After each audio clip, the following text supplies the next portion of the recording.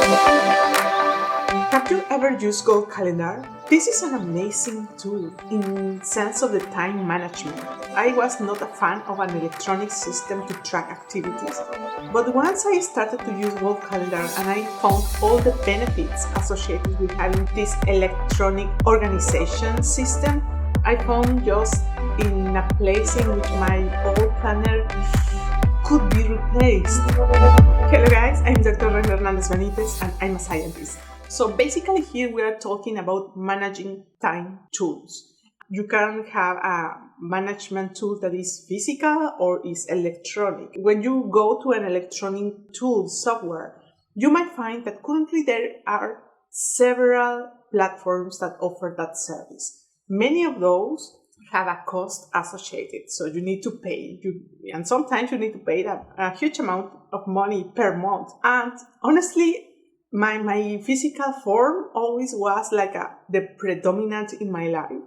And I was very happy using it. And suddenly I started to find myself using Google Calendar, and just I was pushed to use that tool because my workplace. But as I started to using, I discovered a lot of advantage of having this system. The best, I think, is free. Everybody can use, even if you are a student, you don't have any money to pay some fancy system, but you have a Google account, or you don't have, but you can open and then you can use it all the tools associated with this amazing platform that Google has created.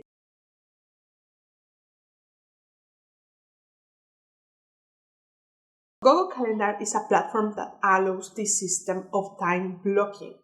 This means that you can allocate blocks of time and destinate those blocks for certain activities. And you can do inside of a calendar that is very flexible. So usually was the same system that you can use in a traditional physical planner that goes per hours. But here in Google Calendar, the advantage that you have is you can set the blocks and then you can move it if it's necessary. In the case that you have meetings and if your company uses already a system to book those times, I think it's easier to stick with that system because your time will depend or will be linked with those already set up meetings. And then when I started to try to transfer the information from Google Calendar to my physical agenda, I realized that in my physical agenda, I don't have that flexibility because suddenly the person or persons change the meeting and the place, the time, and then I need to move the time in the calendar. So doing this in an electronic device is just clean, it's neat. But doing this in an agenda implies getting your eraser and trying to correct and make a new space. So sometimes in that sense becomes a little messy, the physical agenda, but for some persons that are more traditional and enjoy actually writing, I think physical agenda still has a plus on the side of writing.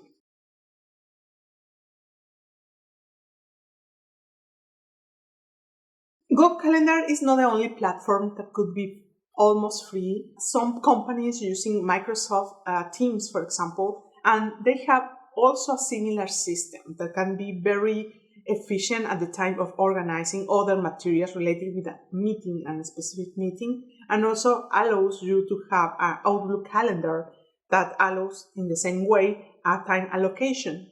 Here the disadvantage is that you need to have the Microsoft account paid, you need to have all the system in your hands then to use that platform. If your company, if your team, if your school already allows to use that platform, I think is a good way to go. And it's very efficient because you have all that environment that provides Microsoft. But coming back to Google Calendar, this has the advantage that it's free. Almost in any place in the world that you have an access. If you are able to use a Google account, a Gmail account, then you have access to a calendar. And when you click in that calendar, you might have an overview either of days, weeks, months, even year, and a track of the activities that you might allocate in certain times. It's a system in which you can do this time blocking management. that for some persons is a very good system, but also is very strict in the sense that you need to accomplish with those tasks in a specific time. And for some persons, that system just is not friendly.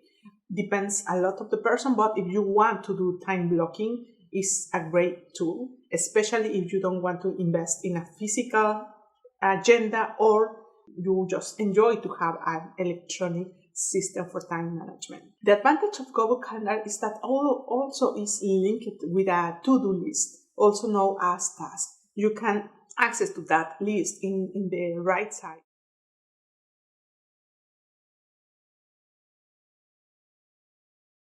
One of the big advantages of Google Calendar that gave me a good understanding of how I'm spending my time. Even at work, I don't have only one activity to do. My work has different kind of activities, so it's very diverse.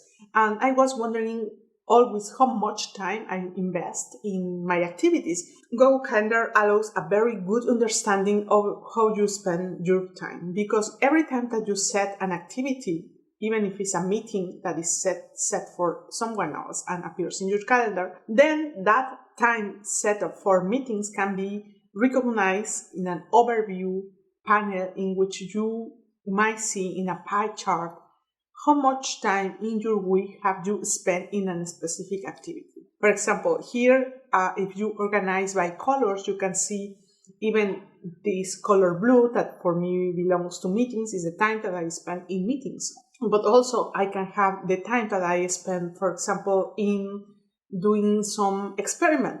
And sometimes when you do a normal calendar, you are not aware of how much time actually you need. And using Google Calendar and really if I set up 1 hour for a specific activity and I start the activity in that block of time, but if my activity got over, even putting my major effort in that activity, but I took more than 1 hour. So I just go back to my calendar and I adjust the time to 1 hour and a half. Then doing this activity in several days, several weeks, actually allows you to recognize how much time you need for a specific activity.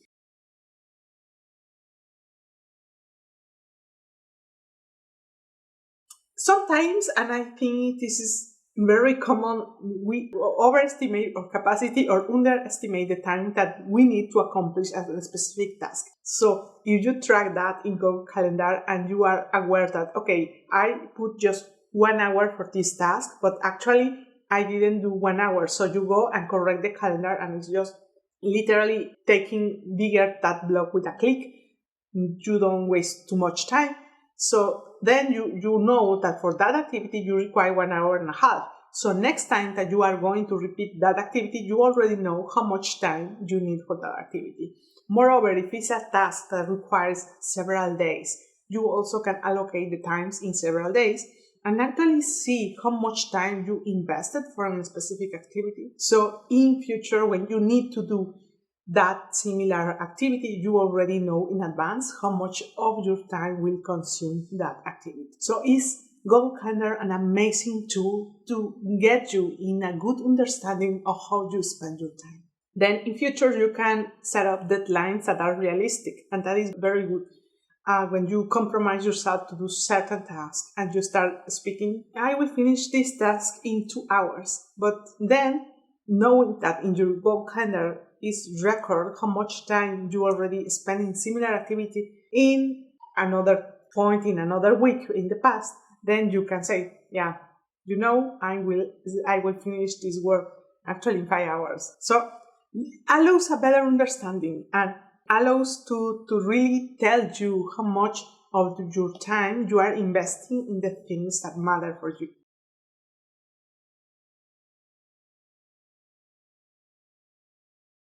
When Google Calendar fails, I think fails when you don't realize that you need time to get into the Google Calendar and actually set some blocks of time. In my case, it was very natural because it started just in form of meetings that were not organized by me. So then I just need to see the Google Calendar to see my free time. And then in my free time, I started to put my activities. So it was very natural get into this environment of Google Calendar. But if you are not forced to go into Google Calendar, it will fail if you don't assign yourself a time to get inside of Google Calendar and actually record the times. You need to record the times, otherwise Google Calendar has no use as time blocking tool. And secondly, will fail even if you put that block of time and set a specific hour for an activity, but happens that the day pass and you cross by that hour and you don't do that activity. So will fail because if you assign specific spots of time, but you actually not following that time to do the activity, doesn't make sense, and probably it's better for you using a system in which you have just a list of tasks that Google environment also has. So, but the calendar per se will not allow you or will not give you that advantage, then will fail. When also the time blocking in general fails, and could be Google Calendar, but could be even a physical time blocking management tool, and fails if we don't put a time for personal care, for home-related activities. So Google Calendar can really organize very well if you are already in a workplace, all the activities that you might do, but also it's important to put some time for just recharge energy. Put some buffer time that allows you breathe between one work and another, time that you will enjoy. And doesn't mean that you need to specify the activity or activities that you are going to do, just time for be enjoyable and do something that you really like and you can relax and recharge your energy.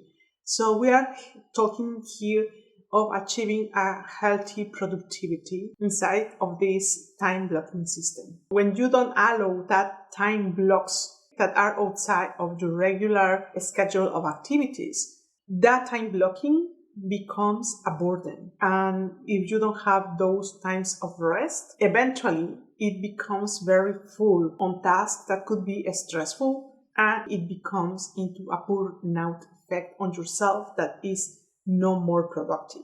So the idea here is to reach a healthy productivity using a time management blocking system.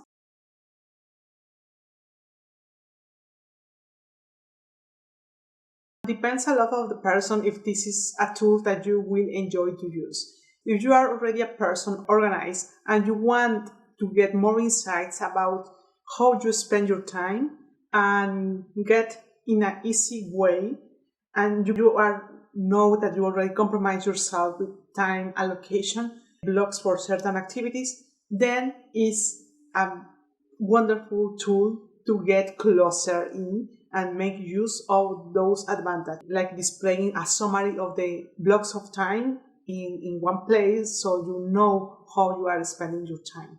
However, depends a lot of the personality, and even if you are an organized person in advance and your personality allows to do time blocking system, at some point in your life you can get either bored about the system or just you might feel that it's not working anymore for you, for your moment in your life. Sometimes because you are very used to a system, just getting detached of that system and change into another might generate stress. So you don't need to change the system if the current system is working. But if it happens that the system is not working anymore, and you feel it is something that you actually feel this system is not working, I'm not getting things done, that is all the purpose of having a time management system, then maybe you need to test something new, something different. If you haven't tested Google Calendar and you want to get that view, it's very good. But again, depends a lot of the person.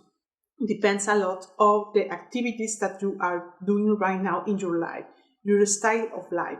Are you a student? Are you a worker? Are you having many meetings, or your time is quite free regarding meetings and you can allocate just times for your work and for pleasure? So depends a lot of you, and don't feel pressured for whatever system you see in the web or in the internet. Everyone is different. That is the summary. Everyone is different, and even when you are already used to do time blocking, but you try to change the way in which you do the time blocking, Sometimes you can find a very good tool, like was my case. I was doing time blocking in a physical form. Suddenly I do time blocking in Google Calendar, and I found that it's quite easier and faster, and that I enjoy that. And for any time management system to be effective, to be worthy, should be simple for your life. When something becomes too complicated, then you start wasting your time just in the management system without using your time for the actual activity that you put in that management system. So then doesn't make too much sense. However, if you have the time to do it and you like journaling and you might spend 1 hour per day just doing journaling, it's great. And then you can stick very well. And I think mentally that helps a lot, but sometimes we don't have so much time. The journaling also in physical work could be reduced some minutes per day, and it's okay. And even so, I found that doing that in my physical calendar compared with Google Calendar was 10 times faster to do it and organize per se. To keep simple in a way that you can stick with the management tool that you are using. If you can stick with that management tool, then it's already a good sign that could be effective for your life. And keep it simple, but also keep yourself flexible. So means that if something is not working, if you are trying Google Calendar and just doesn't make sense for you, and it's too much getting into the device and organize your task over there, and you prefer the traditional notebook, it's great and it's good. It's good as far as you feel comfortable with the system and you realize that it's working for yourself.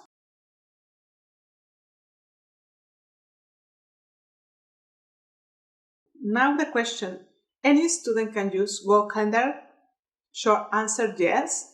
Any student should use Google Calendar. Depends. In the same way that many persons are different, many students, according their necessities, according their scheduled classes, are different. And I'm trying to imagine myself in the case of a student. When I was a student, I know Google Calendar, but I didn't use it. And I just stick with a traditional physical form in which I can do to-do list. That was enough for me, was very effective. I didn't have the necessity of having specific blocks of time for an activity. So my specific blocks of time could be the classes. Each class was fixed during a semester. So Google Calendar might function in my life probably if I was not so traditional. For me, it was practical, just having a note in a small notebook.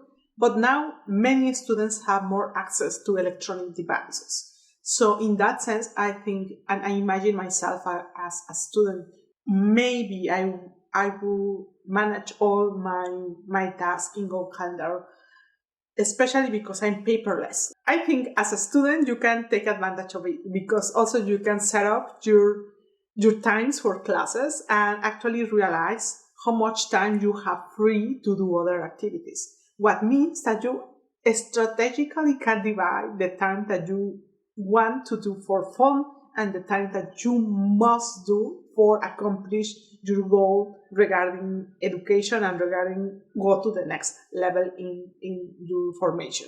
So Google Calendar might work very efficiently and will keep you out from the burden of having several notebooks tracking your activities every semester, but also depends of your rhythm, how is accessible your device. If your device is already accessible, and sometimes you might require only your cell phone. If as a student, probably in university or high school, and you are allowed to use a cell phone on class, that has advantage and disadvantage. Probably the Google Calendar is a nice system to follow with. Now how education has been changed, and I realize Google Calendar, if I know Google Calendar, probably I will stick earlier in my life with that system. So yeah, I'm in love with Google Calendar. But still, I will say, still I keep my physical agenda, and I think I will keep some kind of journaling in that. It's very useful, has been very useful, and just I want to keep it. But in the sense of time blocking, I think Google Calendar just won. So guys, thank you for listening. I hope this conversation about Google Calendar makes sense for you. If you haven't tried it, try it. It's very intuitive, the platform, and you might find some advantage, especially if you have already certain blocks of time that are fixed. Then you can visualize better how is the distribution of your time, how much time remains for other activities, and actually set up some times for whatever you want. And the tricky thing is accomplish those blocks with the activities that you want to do, the activities that you love to do. Then Google Calendar and time blocking system will be very functional and with success in your day-to-day. Tell me, have you used Google Calendar? Are you that person that used Google Calendar and just rejected completely? And why? So tell me your experience about Google Calendar. If you have any questions, please comment below. I will have to reply any question that you have. Thanks for listening and see you next time. Bye.